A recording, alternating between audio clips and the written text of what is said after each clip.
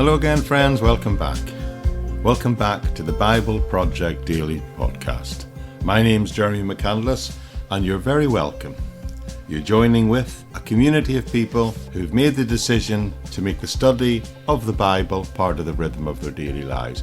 And the project is to work through the whole Bible, chapter by chapter, verse by verse. But you can do this at whatever pace you want. New episodes are uploaded every day, Monday to Friday, and you can either just pick up from where you join us today, or maybe consider going right back to the beginning and subscribing and just following along at the pace that suits you. And that way you'll never miss another single episode. Please do hang on at the end, and I'll tell you lots of ways that you can connect and access lots of other free Bible teaching resources that I make available. But other than that, we'll drop back in and pick up where we left off last time, and I'll see you at the end. Bye-bye for now.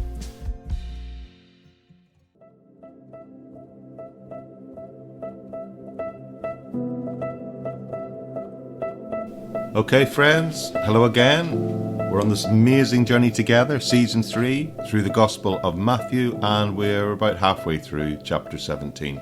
We've just finished this amazing section called the Transfiguration, and now Jesus and his disciples are coming down from the mountain, and we shall see things kick off again immediately as soon as he gets down from the mountainside.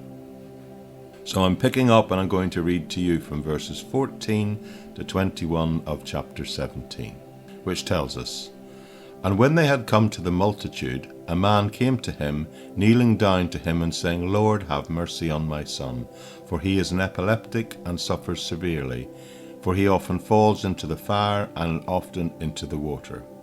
So I brought him to your disciples, but they could not cure him. Then Jesus answered and said, O faithless and perverse generation, how long shall I be with you? How long shall I bear with you? Bring him here to me. And Jesus rebuked the demon, and it came out of him, and the child was cured from that very hour. Then the disciples came to Jesus privately and said, Why could we not cast it out? So Jesus said to them, Because of your unbelief. For assuredly I say to you, if you have the faith as a mustard seed, you will say to this mountain, Move from here to there, and it will move, and nothing will be impossible for you. However, this kind does not go out except by prayer and fasting." So remember, these events are occurring just after the Transfiguration. So no sooner had Jesus just come down from this place of revealed heavenly glory than he's confronted with a very earthly, shall we say, problem. A very practical demand is made of him immediately upon his return. A man brings to them his son, who most translations describe as epileptic, and he brings him, initially we are told it would seem, to the disciples. And now the disciples and the father and the lad, they appear immediately. Now the dad and the son probably appeared with the lad when Jesus was absent, because he was up on the mountainside. Now, our modern translations describe the boy as being epileptic, but the Greek word used here literally means to be moonstruck. So whatever is going on here, clearly the boy's condition is attributed to a malign influence of evil spirits in this situation. And in this case, it was being blamed on the moon, as was common in those days. But it's obvious that this condition was serious, so serious in fact that he was a danger to himself, which is why modern experts think that this might be a case of epilepsy. And the reason most of the translators have gone with this is because this was a case of him not permanently displaying erratic behaviour, but rather the moonstruck description suggests periods of incoherence more aligned today with what we would call epilepsy. I get a sense that we can almost feel the relief among the disciples when Jesus returns and they feel that he can get a grip of this situation that they've not been able to deal with. And quite simply, with one word, Jesus tells this malevolent force to be gone, and the boy is instantly cured. Now it's worth noticing the faith of the boy's father. Even though the disciples, we were told earlier, had been given the power to cast out devils, here was a case in which they had tried and very singly and publicly failed. And yet, in spite of that, the Father is still here. In spite of the failure of the disciples, it seems the Father never doubted the power of Jesus to deal with the situation, and he simply waited for his return. I think there's something very poignant about that. Not just in the faith of the Father, but there's also something very poignant in the way it feels very universal and also very contemporary about how the disciples felt when they felt they had failed in this matter. And I feel today there are many people in the church today, people of God, the professed disciples of Jesus, who in many ways feel they have failed and are powerless to deal with many of the ills of the human condition. I'm not just talking about the demonic here, I'm talking about the whole ills and sicknesses of society that we seem in many ways to be powerless to resist. Yet at the same time, this tells us that we must remember and keep in hold that we can go beyond our human frailties. If we can just get people through the barrier of religion, through even the failures of the modern church, then I truly believe we can still help people find and access Jesus. If only we can help people to get to the authentic Jesus himself, then they will receive the things they need. It's true to say, I think today it is at one and the same time our failure and our challenge that we need to do this. And even though that many have lost their faith all around us, their faith in the church, I do believe that many have never lost the desire to spiritually seek, to spiritually try and find the authentic God, the authentic Christ, and the authentic power of his Spirit. And that is still available to anyone who approaches God in faith, and it is available to us, the disciples of God, and it is there to help people in their time of need. However, to get back to that particular day, we see here that even after his return from the spiritual high of the mountaintop, he immediately meets the ever-present demands of the people. Straight from the glory of the mountaintop, he comes down and he's met by human suffering. Straight from hearing the voice of God, he comes and hears the demands of the human need for suffering to be addressed. And that makes me think that it is true to say that even today, the most Christ-like person in the world is still the one who never finds his fellow human beings in need of help to be a nuisance. You know what? It's very easy to feel religious in a moment of prayer or Bible study or meditation. It's easy to feel close to God when we shut the world out. But friends, there is always a danger of when we retreat away to those places, that to stay in those places, and that they end up becoming not a place of faith, but a place of escapism from the world. But real faith reminds us that we must at some point get up off our knees and go out and meet the world and its problems face on. We must go out to bring the ministry and the power of Christ into every human situation of need. Real Christianity draws strength from God, but only in order to give it to others. Real Christianity involves meeting God in the quiet places, but also meeting people at their point of need in the streets and in the workplace, and bringing God with us into those situations. And real Christianity means taking our own needs to God, not that we just find peace and we find a place of undisturbed comfort there, but that we may be enabled, empowered, effectively and powerfully to meet the needs of others. The power of the Holy Spirit is only given as a gift to every believer for going out and doing good and doing the will of God. That's why he gave it to us.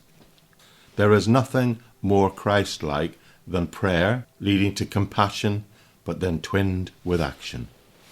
And we see in this story the central need of faith, without which nothing can happen. Faith is seen as the instrument which enables men and women to literally move the mountains of difficulty which block our path to God and the path of others in their search for God also.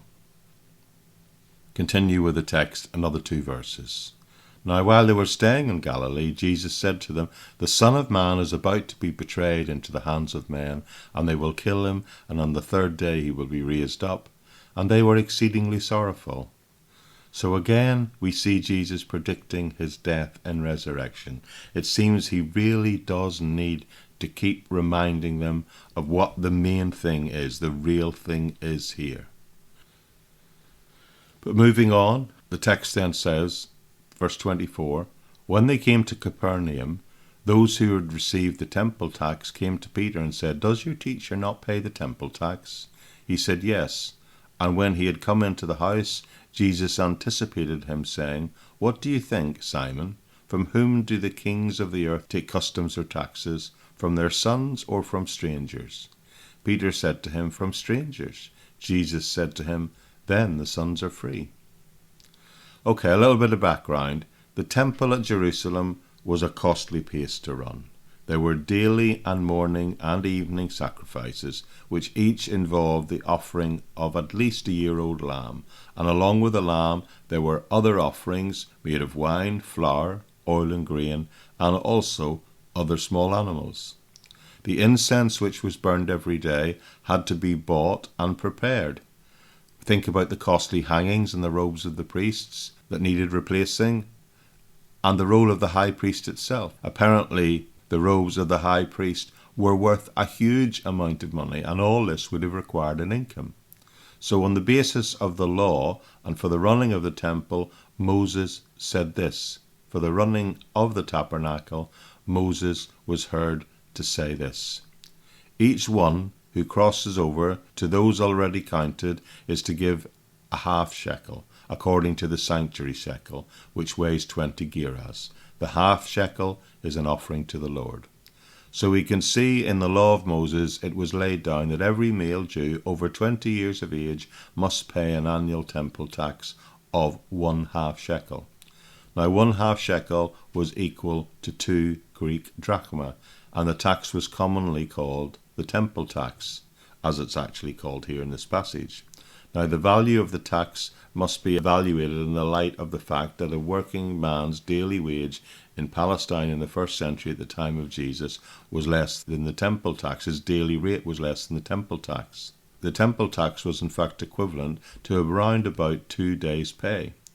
And theoretically the tax was obligatory, and the temple authorities had the power to obtain someone's goods if they failed to pay that annual tax, and this a tax also which had to be paid upon every visit to the temple. Now the method of collection of the annual tax was very carefully organized. On the first month of the year, which is March of our year, an announcement was made in all the towns and villages of Palestine that it was time to pay the tax. And then on the 15th of the month, temple tax collectors would arrive. They'd set up booths in each town and village, and people had to go to the booth and pay the tax. And if the tax was not paid by the 25th of that month, it could only then be paid direct to the temple in Jerusalem with a penalty. In this passage we see Jesus being asked to pay the temple tax. Now the tax authorities here have come to Peter and they ask him if his master paid his taxes.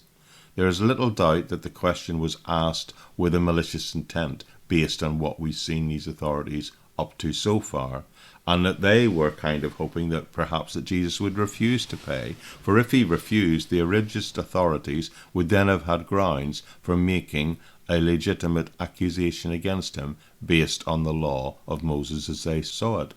Peter's immediate answer was that Jesus did not pay. Then he went and told Jesus about the situation, and Jesus responds using a sort of parable. Now, the picture he uses, people draw two possible interpretations from it, but in either case, the meaning is the same. In the ancient world, the Romans and other conquering and colonizing nations had little care or regard for governing in a way that was for the benefit of those subjects. Rather, they considered those people, the conquered nation, as purely existing to make things easier for them. The result was that the conquering nation never paid tribute. It was always the subject nations who were to bear the burden and pay the tax. So Jesus is saying here, God is the King of Israel. But we ourselves are the true Israel, and we are the citizens of the kingdom of heaven. Outsiders may have to pay, but we are free. And another image he draws upon here, which is probably even more straightforward and simpler to follow, is he says that a king's job is to impose taxes on a nation, and he certainly does not try and impose them on his own family. And it was indeed for the support of the household of God that these taxes were originally imposed. The tax in question here is the temple tax, which was for the house of God. And Jesus was the Son of God. Do you remember, he said when he was 8 years old, when his parents were trying to find him when he went missing in Jerusalem, and he says, "Did you not know I must be in my Father's house about his business?" So he's saying, how could he, the Son of God, be under obligation to pay the tax which was for his own house and family? Nonetheless, surprisingly, Jesus says they must pay the tax, but not because of the compulsion of any law, but because of it representing a higher duty. He said we must pay lest we offend them. So when he's saying that we shouldn't offend them, he's not saying it in a way that we shouldn't injure or annoy or injure the pride of someone. He's saying we have to do this in order that we don't put a stumbling block in someone's way that causes someone else to trip up and fall by feeling that they can do the same thing. So Jesus is really saying in a way that we must pay because we don't want to set a bad example to others. We must not only do our duty, but he says we must go beyond, above and beyond our duty in order to show others what they ought to do. What this tells me is that in the Christian life there are many exemptions that we could claim because of God's grace. Many, many things which are excusable for us because we've been saved by grace, but are still not the things we should do. And what this tells me is that we must claim nothing and allow ourselves nothing which might possibly be a bad example to someone else or might cause our brother to fall. A few years ago, many years ago in fact, when was it, 1999, 2000, I found myself called almost by accident to a ministry when I was supporting people one-to-one with alcohol and drugs problem. And I felt God, through this passage, very clearly called me to stop drinking alcohol, even moderately. Now, not in a legalistic way, and I haven't drunk alcohol to this day since, but the basis in which I felt God called me to do that is here were people who had a life-controlling problem, and it didn't take long for a conversation in a pastoral role to switch to, how come you can have a drink and I can't, that I felt that I needed, as an example, not to drink at all, lest I cause my brother to fall. Anyway, to get back to the story and where it's going, because it takes a bit of a strange turn in a minute, there are some people in church history have asked why this little odd story was ever even included in the Gospel. Why select this story? Matthew's Gospel was written between AD 80 and AD 90.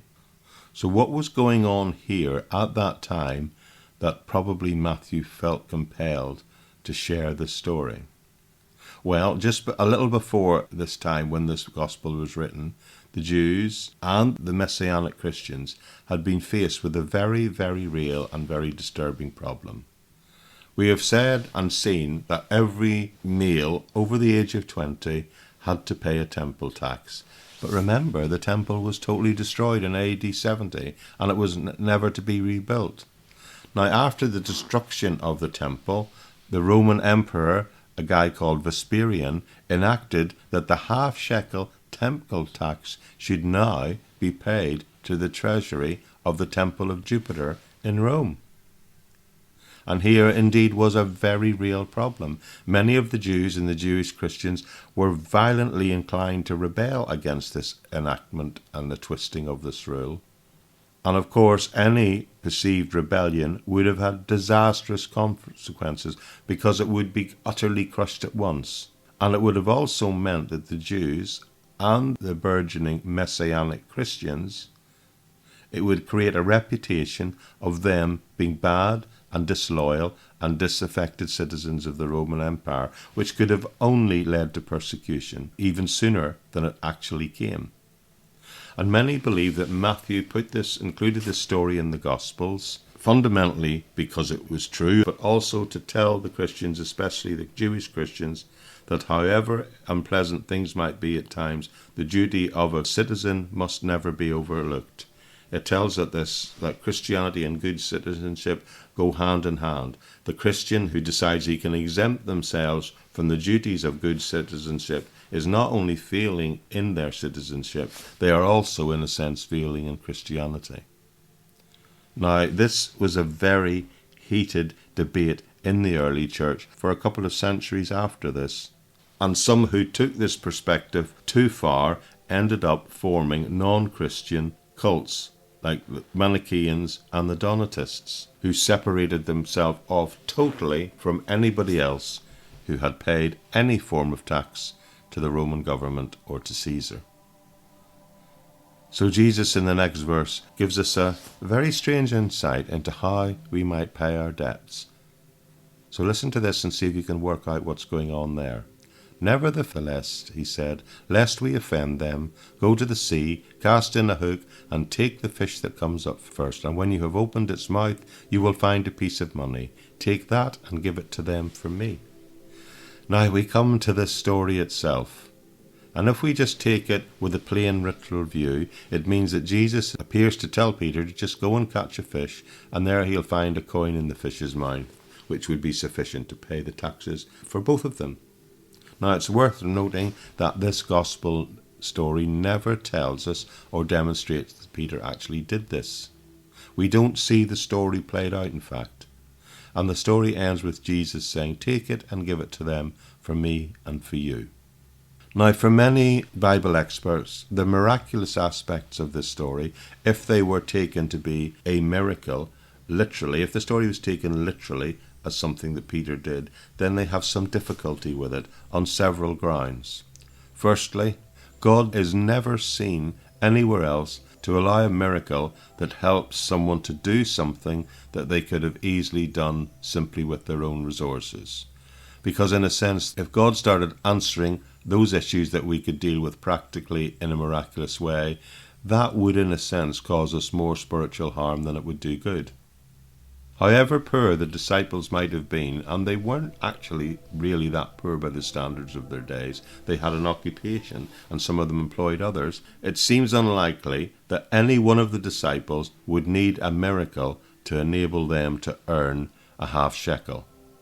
The miracle also breaks the great decision of Jesus that he would never use his own miraculous powers to his own ends. We had seen him resist the devil when the devil tempted him to turn stones into bread to satisfy his own hunger. He refused them. He could have always, many times, used his miraculous powers to boost his own prestige, if nothing else as a miracle worker, but he always refused to do the miraculous and misuse the miraculous power in that way. In the wilderness, Jesus decided once and for all that he could not and would not selfishly use his power. And if this story is taken with just a plain literal view, it would seem to suggest that Jesus rescinded that perspective, and he would use his divine power to satisfy not only his own personal worldly needs, but that of his disciples. And that just seems to me something that Jesus would never do. So if that is so, how should we approach this passage? Are we to say that this is merely a legendary story, a piece of imaginative speculative fiction, as they would call it today, with no truth behind it? Far beyond that, friends, there must be something else going on here. Now, Bible experts, people with wiser and bigger brains than me, have picked this passage apart, and in the main they settle on an interpretation that makes sense to the majority. And I must admit it does to me too. I'm not saying this is definitive, and this is one of those cases in the Bible where this is my perspective on it, but if you find another, that's absolutely fine. Go with that. I am not dogmatic on this issue. But what it seems happens here, in my estimation, is that Jesus says to Peter, He says, you know what, Peter, you're right. They've asked about us paying the temple tax, and we should pay this payment because it is a just and lawful payment, and if nothing else, we should pay it as a good example to others. And I think what he's suggesting here, if you haven't got any money today to pay it, then go back to fishing for a day. You can gain enough money in a day or even an hour's fishing to pay your dues. A day of fishing will soon produce that which is needed. So in a sense says we can always go back to work, and that is the way to pay your debts. So what Jesus is saying here, it seems to me, is probably said with a compassionate, ironic smile, and yes, the use of dramatic language or a pictorial story, but I don't believe he's telling Peter literally to go and get coins out of fish mouths. I am of the opinion he's telling him that in our day's work, when necessary, we can get everything we need to pay any legitimate financial obligations that we face. And if the financial obligations we face are there because of our greed or selfishness, then we need to make the changes in our life to build a life where we're not spending above and beyond our means. But he's saying here, there's always a day's work which will always give us enough to pay for any legitimate financial or religious obligations we face. And the rest, we can just leave the rest to God and trust him for that.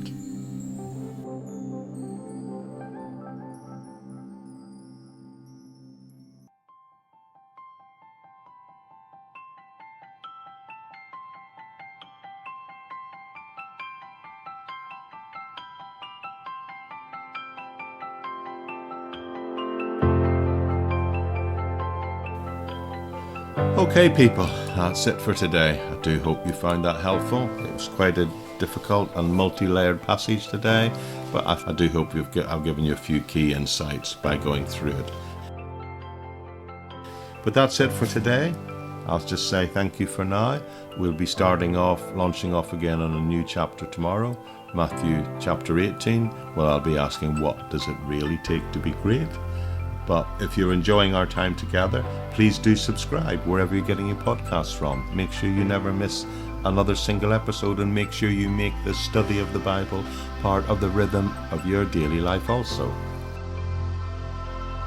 And please remember, there is always a full transcript available in the episode notes of this podcast, wherever it is you're getting it from. And if you're not seeing active links there, then just go to the host website, which is thebibleproject.buzzsprout.com, and there you'll find lots of ways that you can connect with the ministry and access other free teaching and discipleship courses I make available there. So we leave it there for today. Thank you again, and I'll see you right back here tomorrow, I trust, on the Bible Project Daily Podcast. Bye-bye for now.